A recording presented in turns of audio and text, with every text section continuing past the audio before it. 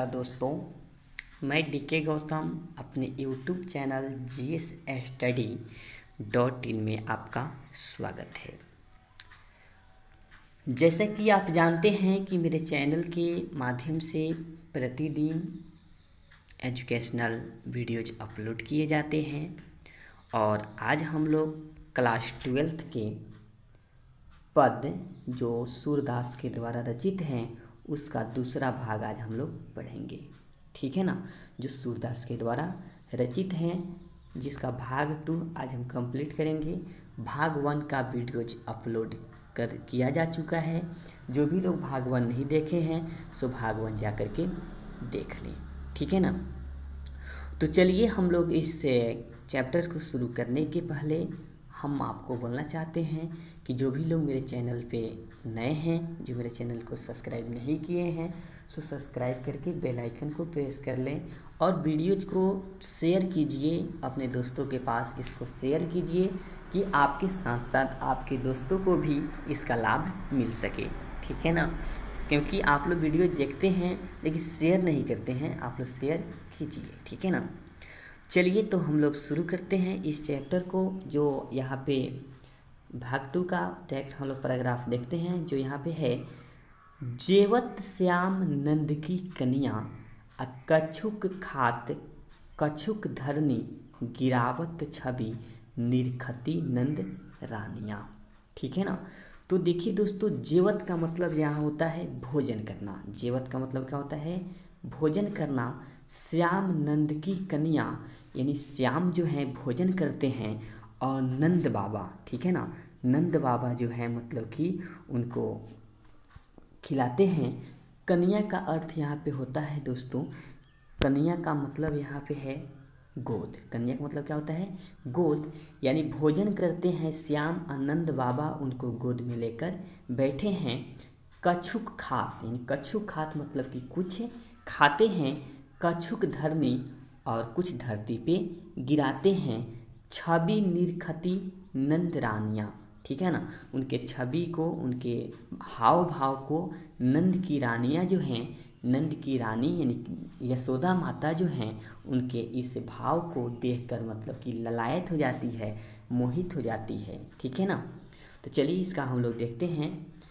तो ये प्रस्तुत पंक्ति वाताश्लय भाव की है और सूरसागर से संकलित है, यानी सूरसागर से लिया गया है, जिसमें सूरदास जी मातृ स्नेह का भाव प्रदर्शित कर रहे हैं। सूरदास जी एक माता पिता के स्नेह को व्यक्त करते हैं। श्री कृष्ण नंद की गोद में बैठकर भोजन करते हैं। नंद बाबा की गोद में श्री कृष्ण बैठे हुए हैं और वो बैठकर क्या करते हैं? भोजन करते हैं, यानी वो खाते हैं। खाते समय वो कुछ खाते हैं और कुछ धरती पे गिरा देते हैं। ठीक है ना, कुछ खाते हैं, बच्चे की बुद्धि है, कुछ खाते हैं और कुछ गिरा देते हैं। साधारण सी बच्चा जब खाता है तो कुछ खाता है और कुछ गिराता है, ये स्वाभाविक सी बातें हैं। तथा इस मनोरम दृश्य को यानी इस दृश्य को, ठीक है ना, नंद की रानियाँ यानी नंद की रानी जो हैं यानी जो यशोदा माता हैं वो देख रही है कि मेरा श्याम, मेरा कृष्ण कैसे खाते हैं और कैसे धरती पे गिरा रहे हैं। ठीक है ना, तो ये फर्स्ट वाला पैराग्राफ का जो इसका मतलब था सो मैंने यहाँ पे कंप्लीट कर दिया। मैं आशा करता हूँ कि ये टॉपिक आपको समझ में आ गया होगा। ठीक है, चलिए हम लोग दूसरा पैराग्राफ देखते हैं। बड़ी बड़ा बेसन बहु भंतनी व्यंजना विविध अगनिया अडारत खात लेत अपने करु रुचि मानत दही दुहनिया। ठीक है ना, तो यहाँ पे देखिए दोस्तों, यहाँ पे जो सेकंड वाला पैराग्राफ जो है सो हम आपको बता दें। यहाँ पे बताते हैं बरी, ठीक है ना, बरी बारा। ठीक है ना, तो ये बरी का मतलब होता है बेसन से बना हुआ एक भोज्य पदार्थ होता है, यानी बेसन से बना हुआ एक पदार्थ है बरी। ठीक है ना, तो बरी बरा बेसन बहु भातनी व्यंजना विविध अग्नियाँ, यानी श्याम के आगे, ठीक है ना, बहुत से पकवान बनाकर रखे गए हैं, बहुत से व्यंजन रखे गए हैं उनके अग्नियाँ यानी उनके आगे में, उनके सामने। डारत खात, ठीक है ना, यानी डारत खात लेत अपने कर रुचि मानत दूध दुहनिया। यानी रुचि यानी उनका जो मन जो है, उनका रुचि है, ठीक है ना, उनका दधी यानी दधी का मतलब होता है दही से, दही की जो दोनी होता है उसमें इनका रुचि है, उसको इसमें खाने में बहुत इनको मन लगता है, क्योंकि श्री कृष्ण के भोजन में बहुत सारे पकवान रखे गए हैं, ठीक है ना। तो देखिए यहाँ पे जो हैं श्री कृष्ण नंद की गोद में बैठकर तो भोजन कर रहे हैं, उनके खाने के लिए इनके खाने में अनगिनत प्रकार के व्यंजक रखे गए हैं। उनके खाने में उनके सामने अनगिनत प्रकार के भोजन हैं, जैसे बेसन के बाड़े हैं, बड़िया इत्यादि बने हुए हैं। वह अपने हाथों से कुछ खाते हैं और कुछ गिराते हैं, लेकिन उनकी रुचि केवल दही के पात्र में अत्यधिक होती है, क्योंकि उनका मन जो है दही के पात्र में यानी दही का जो बर्तन है उसमें इनका मन काफ़ी ज़्यादा रुझान करता है वो चीज़ को लेने में, ठीक है ना।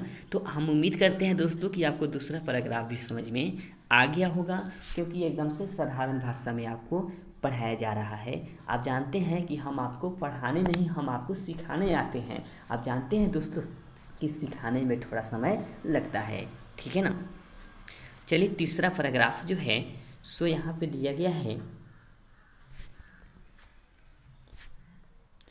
मिश्री दधी माखन मिश्रित कारी मुख नावत छवि धनिया आतन खात नंद मुख नावत सो छवि कहत बनिया, ठीक है ना।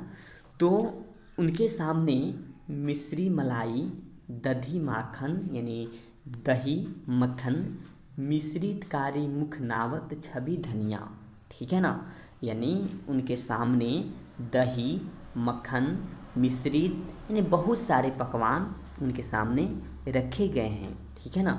तो सब सामान रखे गए हैं, तो वो जो हैं मिश्री और दही को मिला करके अपने मुख में डालते हैं। आत्पन खात नंद मुख नावत सो छवि कहत बनिया, ठीक है ना। तो वे खाते हैं और नंद बाबा उनको खिलाते हैं, और वो मुख में नावत यानी वो मुख में रखते हैं, नेवाला डालते हैं, तो छवि कहत बनिया, ठीक है ना। तो छवि कहत बनिया यानी उनके छवि को, उनके हाव भाव को देखकर जो है, ठीक है ना, तो उनके हाव भाव को देख करके उनका हृदय जो है भर जाता है, ठीक है ना। तो देखिए श्री कृष्ण ने जो है नंद की गोद में बैठकर भोजन कर रहे हैं, नंद बाबा की गोद में वे बैठे हुए हैं, उन्हें दही अधिक पसंद है, यानी श्याम को श्री कृष्ण को दही अधिक पसंद है। वे मिश्री और दही माखन को मिलाकर अपने मुख में डालते हैं, अपने मुंह में डालते हैं, नेवाला डालते हैं। यह मनोरम दृश्य देखकर यशोदा माता धन्य हो जाती है, वह खुद को भी खाते हैं और कुछ नंद के मुंह में भी डालते हैं। बहुत मनोरम दृश्य है दोस्तों यहाँ पे कि श्री कृष्ण खाते हैं और इस दृश्य को माता यशोदा देख रही है और वे अपने भी मुख में डालते हैं और नंद जी को भी मुंह में डाल देते हैं। यह मनोरम छवि यानी यह मनोरम दृश्य का वर्णन करते ही नहीं बनता। इस दृश्य को कितना भी वर्णन किया जाए, कितना ही बखान किया जाए, तभी भी कम है, ठीक है ना। चलिए हम लोग अगला पैराग्राफ देखते हैं। अगला पैराग्राफ है, जो रस नंद यशोदा बिलसत सो नहीं तिहाई भुवनिया भोजन करी नंद अचमन लिन्हो मांगत सूर्य जुठनिया, ठीक है ना। तो यहाँ पे देखिए दोस्तों, जो रस नंद यशोदा यानी नंद और नंद बाबा और यशोदा माता बिलसत सो नहीं तिन्हा भुवनिया, ठीक है ना, और भोजन करी नंद अचमन लिछयो मांगत सूर्य जुठनिया, यानी जब भोजन करते हैं श्री कृष्ण तो नंद बाबा जो हैं मतलब कि उनके गोद में बैठे हुए हैं और सूर्य जो हैं सूरदास जी जो हैं वे बाहर बैठे हुए हैं और श्री कृष्ण की जूठन लेने के लिए कि वो जूठन छोड़ेंगे तो हम लेकर के कहोगे, उनके जूठ को लेकर के भी हम धन हो जाएंगे कि हमें श्री कृष्ण का जूठ मिला जाएगा। ठीक है ना। तो देखिए, तो श्री कृष्ण नंद के गोद में बैठकर भोजन कर रहे हैं और जो नंद बाबा और यशोदा को मिल रहा है, जो आनंद नंद बाबा और यशोदा माता को मिल रहा है अपने बच्चों को खिलाने में, यह तीनों लोकों में किसी को प्राप्त नहीं हो सका।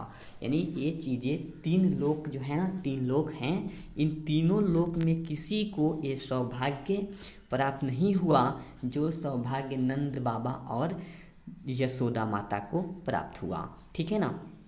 तो नहीं हो सकता। और भोजन करने के बाद नंद और श्री कृष्ण कुलाह करते हैं, यानी जब ये लोग भोजन कर लेते हैं, नंद बाबा और श्री कृष्ण जब खाना खा लेते हैं तो कुलाह, आप जानते हैं ना, कुल्ला किया जाता है। ठीक है ना। जो मुंह में जो चावल का अन्न जो बैठा रहता है उसको निकाला जाता है और सूरदास उनके जूठन को मांगते हैं, कहते हैं कि अगर श्री कृष्ण का जूठन भी हमें मिल जाएगा तो हमारा जीवन संवर जाएगा, हमारा भाग्य संवर जाएगा। ठीक है ना। तो सूरदास उनके जूठन लेने के लिए क्या होते हैं, बैठे रहते हैं। तो ये 3 पैराग्राफ हम लोग कंप्लीट कर चुके।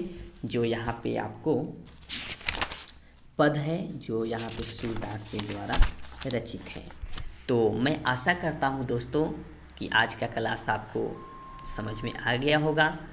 तो फिर आपको हम इसका अगला बुक का जो चैप्टर है उसको सारे चैप्टर को कंप्लीट किया जाएगा।